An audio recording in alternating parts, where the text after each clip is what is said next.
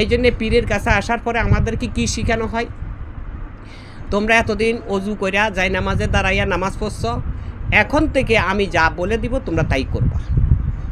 এই যা বলে দিব তা করার ভিতরে প্রথম 1 নম্বর সত্য দেওয়া হয়েছে, তুমি সব সময় তুমি তোমার মাওলাকে চিন্তা করবা, এর বাইরে চিন্তা করবা না। তোমার হাতে কর্ম থাকবে, অন্তরে মাওলা চিন্তা থাকবে। মাওলা মানিটা কি? আমরা অনেক সময় মাওলা শব্দটি ব্যবহার করতে যাই, কিন্তু বিপদে পড়ি। মাওলা মানে কি আজও পর্যন্ত অনেক মানুষের মধ্যে আমলই নেই। যেমন আল্লাহ নবী রাসূল সাল্লাল্লাহু আলাইহি ওয়াসাল্লাম বলেছেন, আমি যাদের মাওলা আমার আলী তাদেরই মাওলা, শব্দটি ব্যবহার করেছে না? মাওলা শব্দটি যখন ব্যবহার করা হয় অনেকে বলে কি যে মাওলা মানি হলো যারা পিঠ ধরে তারা মাওলা বলে। আবার অনেকে বলে মাওলা মানি হলো বন্ধুকে বলে। আসলে এগুলা কোনোটা না। মাওলার অর্থ হলো অভিবাহক। মাওলা মানি হলো আমি আধ্যাত্মিক জগতের থেকে আল্লাহ বিশ্বাসে যাকে মানিয়েছি সে আমার গার্জিয়ান, সে আমার অভিবাহক। এইখানে হলো মাওলার পরিচয়।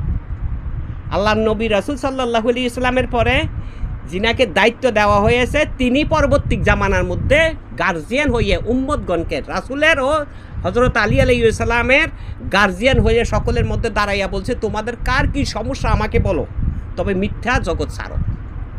এই দুটো কথা বলা হয়েছে না? তোমাদের কার কি সমস্যা আমাকে বলো, তবে মিথ্যার জগৎ ছাড়ো। মিথ্যার জগৎ কোনটাকে বলা হয়েছে?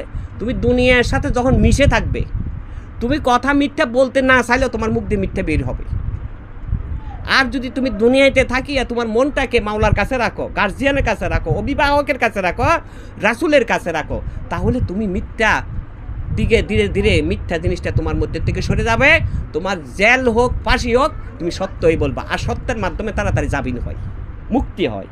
এই জন্যে বলছেন সত্য বলবা, সত্যের মাধ্যমে মৃত্যুকে আপন করে নেবা, তাতে তোমার জন্য অত্যন্ত সৌভাগ্য। আর মিথ্যা বলবা, পাপে তোমাকে ঘিরেও করে ধরবে। এই জন্যে বলছে মিথ্যা বলা মহাপাপ। তারপরে এখানে বলা হয়েছে তোমাকে যে আমল দেওয়া হয়েছে, এই আমলের 1 নাম্বার হলো মনের পবিত্র।